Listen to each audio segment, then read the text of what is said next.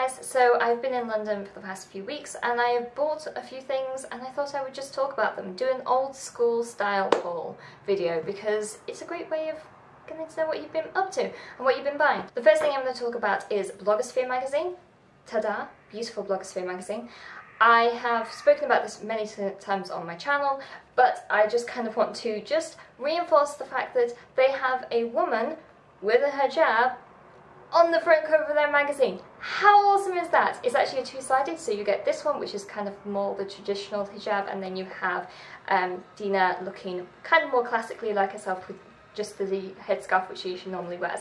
But having a magazine that has a woman of colour in a headscarf is just completely amazing. I was in my favourite magazine shop, Wardour News, and even with that kind of ray of diversity that you get with independent magazines, give it a go, have a look at it, or even just, you know, spread the awareness that people are actually reading and buying magazines like this, because the more people who realise that this is a great thing to do, the more diversity you will see in magazines. The next thing I have is London Coffee Guide. I've already mentioned the Northern Independent Coffee Guide, and this one is basically the London version. It's not by the same publisher or by the same company, but it is a very nice coffee guide. It has things like maps, a very useful key and setup here. I find that because this is a very small book trying to go to a very large area of places, it is not fully inclusive of everything you possibly can, but I've been to a few of these places already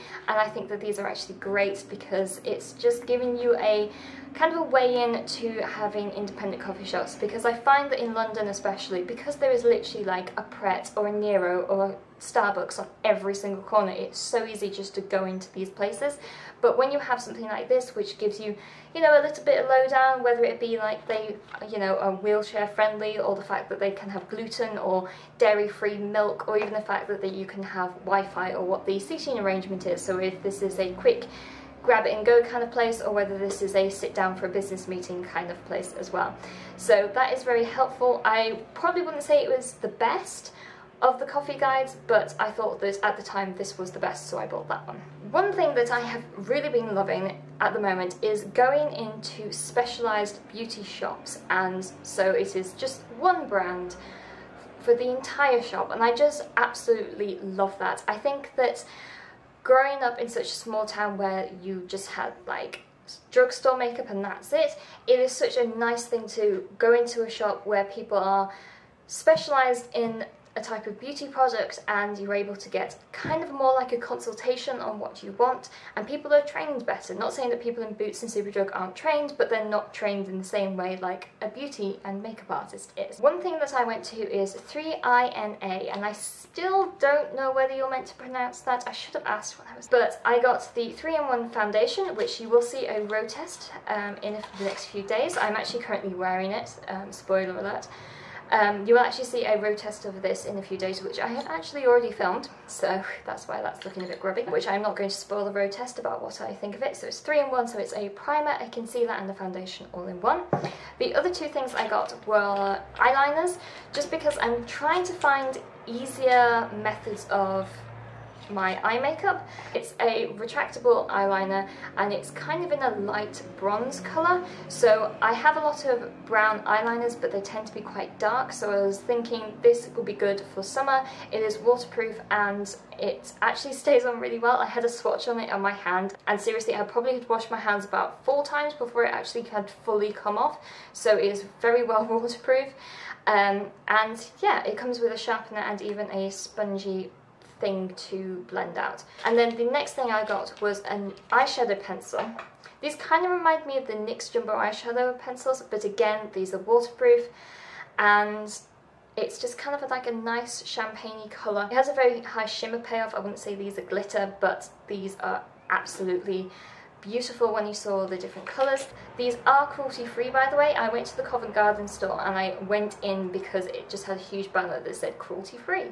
So that is right up my alley. I don't know much about the brand. I don't even know how to pronounce their official title, but I will be definitely looking into these more because after I've gone cruelty free, things have become a lot more limited into the amount of stuff that I'm actually able to use, and it'll be nice to start to find a bigger range of products that I'll be able to use, especially things that brands that are completely cruelty free or independent, because it means that they don't have any of kind of like the sister company stuff going on.